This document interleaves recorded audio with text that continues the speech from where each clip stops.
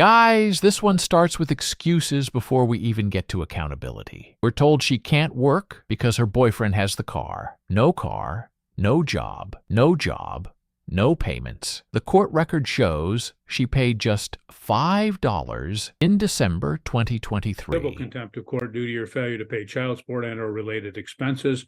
Upon a first conviction, you could be ordered to serve up to 45 days in jail. If it's a second or subsequent offense, up to 90 days in jail. Do you understand the charges? Yes. Court has appointed Ms. Perkins to represent you in this matter. Have you had sufficient opportunity to speak to Ms. Perkins in preparation for this hearing? Yes. Your Honor, in the matter of Lopez versus Snyder, docket 2022-216 DS, the respondent Natasha Snyder is here before the court for a bench warrant hearing. Ms. Snyder is currently ordered to pay $228 per month for current support, $50 towards arrears, $3.50 for service and processing fees, for a total monthly obligation of $281.50. Last payment received on this docket was on December 22nd, 2023 in the amount of $5. And the last payment prior to that was on September 22nd, 2021 in the amount of $53.22 through unemployment. Ms. Snyder posted a $400 bond on November 23rd, 2023, and she received a bench warrant hearing because she failed to appear for an adjourned show cause hearing. Because she failed to appear for an adjourned show cause compliance hearing before Judge Kirkham on September 27, 2023. This is her first show cause, second bench warrant, and measured compliance over the last 6 months. Ms. Snyder should have paid $1,689. She paid $5, leaving her a shortfall of $1,684. The shortfall at the time of her last hearing was $1,689 for a total shortfall of $3,373. Total arrears on this docket are $2,746.82 through January 31st, 2024. And Ms. Snyder also was in Calhoun County Jail from November 18th until November 23rd. So that would give her credit for 6 days. Ms. Perkins, do you contest or dispute any statements made by Ms. Mouton? No, Do you have any questions for Ms. Mouton? no questions. Okay, any proofs, Ms. Perkins? Your Honor, my client is ordered to pay $281.50 per month, which is quite high since she does not have a job. Right now, she has a boyfriend that is supporting her, and with his job, they're struggling to make ends meet. In the past, when she's had some money, she has given it directly to the kids. And we have discussed that she cannot do that because child support does not know that money is going directly to the kids. So she knows not to do that in the future. However, she was doing that whenever she could. She is having troubles finding a job because she's had times when she was kicked out of homes and her ID was lost, and she had to try to find the money to get another ID so she can get another job. Can't get a job without an ID. And she also has problems because her boyfriend has the car and he is the one working, so she has no access to a car while he is at work, which also prevents her from finding work. She wants to get the child support modified to a lesser amount since she is not working right now, so that it'd be more manageable. And what we're asking for is an adjournment so that she can have that time to do that modification to get it down to something that's a little bit more manageable for her and her boyfriend to be able to pay. He is supporting her right now, and give her that time to try to get her license squared away so that she can try to find a job. And she now knows not to give any money directly to the other party in this matter. So we're asking for that time for her to be able to accomplish these things. Okay, thank you. Ms. Snyder, in this matter, your attorney has stated that you do not have a job. What have you done in the last year to acquire employment? Last year, really, I was just like, I ended up going to jail the end of 22, and then I got out last year, which would have been January 23. And I was like Well, let's homeless. stick. My question was, and what have you done in the last year? And you've stated that you got out of jail in January of Okay, 2022. yeah. And what I was saying was that I've been homeless for past like half of the past year. The judge drills down: education, dropped out in 9th grade. GED, not pursued. Job training programs, none. Applications, not submitted. And when pressed, she admits she hasn't really done anything toward employment. Struggling. I mean, I don't have no identification. I mean,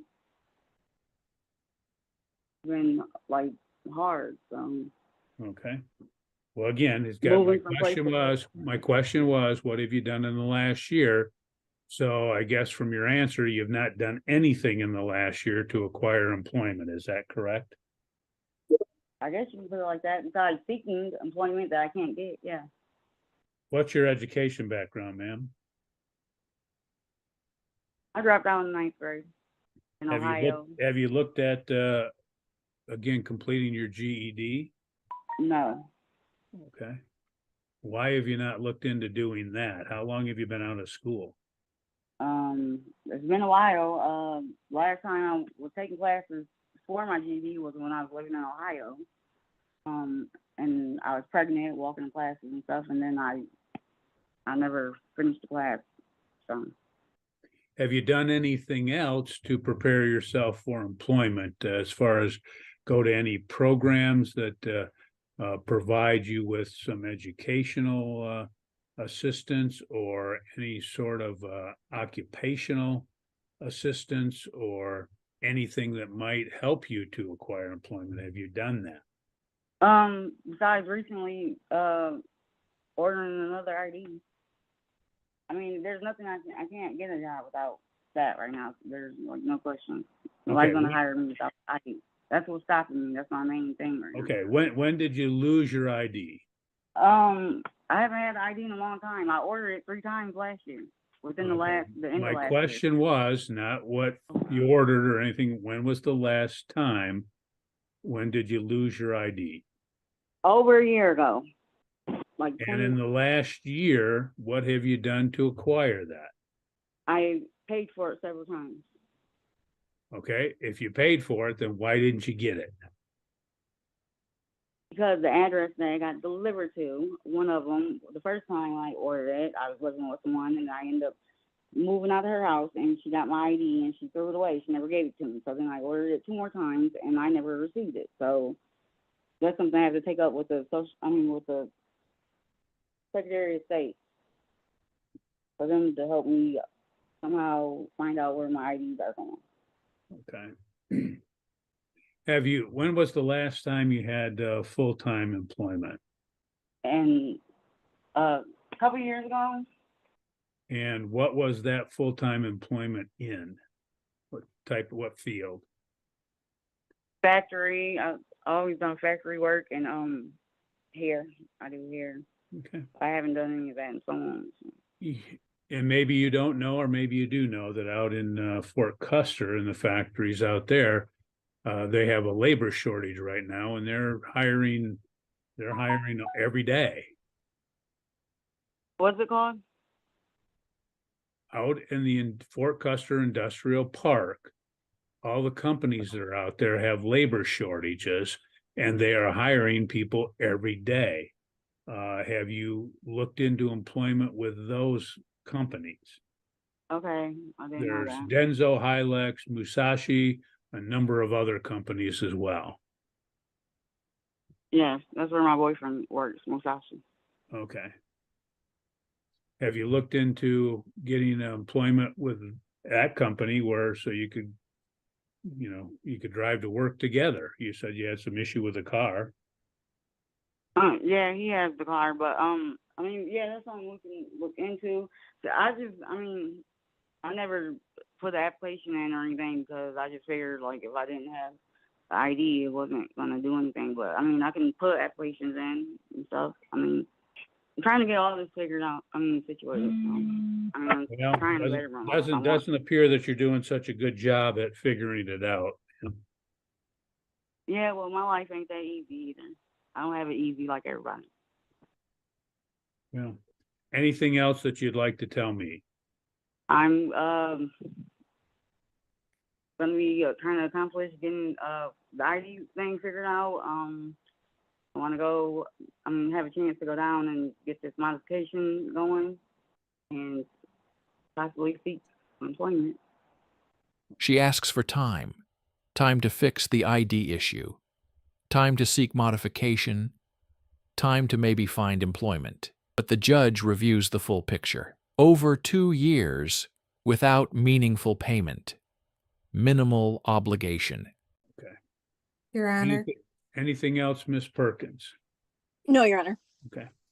Well, in this case, the court's heard the testimony of Ms. Snyder and as well as Ms. Mouton in this particular matter that the respondent has a substantial arrearage of approximately $3,000 that she has basically she paid $5 back in December of 2023. And prior to that, she hadn't paid in over 2 years in this particular matter. Notwithstanding that it's a pretty reasonable, pretty minimal support obligation of $281.50 per month that she has testified as to some difficulty she's had as far as housing, her education background, but quite frankly, when the court hears the testimony, she's not done anything to improve that. She has stated that she's not put in applications. She stated now that's maybe something that she should do, and maybe look at even the same place that her boyfriend is working so they wouldn't have the problem with the car. She hasn't done that, however. She has stated as to the problem with her ID, and she has apparently ordered that a number of times, but hasn't gotten it.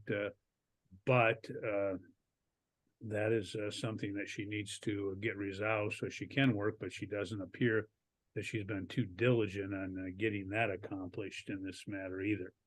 It's been years since she had full-time employment. She obviously was able to handle factory employment.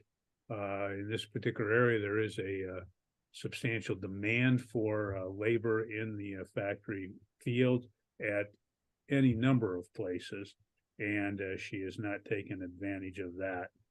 Courts find that she has failed to exercise due diligence, failed or refused to comply with the orders in this particular matter, notwithstanding the fact that she was well aware of those particular orders and just simply has not complied. So the court will find her to be in contempt of court. Anything before sentencing, Ms. Perkins? No, Your Honor.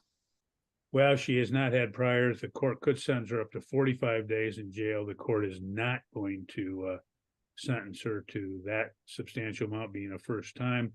What the court will do is sentence her to 21 days in jail with credit for 6 days served. The court would order that she pay a purge amount of $500. That way she can purge herself of contempt. The court will order that she has until 4:00 p.m. on February 16, 2024. Ma'am, if you do not pay the purge amount by that time, you are to report to the sheriff's department and to serve the balance of your sentence. That will be the order of the court. Your Honor, Yes. can we forfeit the $400 bond that she posted? Yes, we can forfeit the bond. I made note of that and I forgot to mention that. Thank you. Okay. So, ma'am, you're going to have to pay the $500 by that date or by the 16th of February, or show up to the jail. If you don't, then the sheriff at that point will come looking for you, and it may result in more jail time. You understand that? The order stands. Pay $500 or serve time. 3 years since the last income order. Thousands owed. Minimal payments. The judge's reasoning. Opportunity was there. Effort wasn't. This case isn't just about child support. It's about responsibility versus circumstance. All right, guys, here's the real question. At what point does hardship stop being an explanation and start becoming accountability. Drop your thoughts below, because this one splits opinions fast.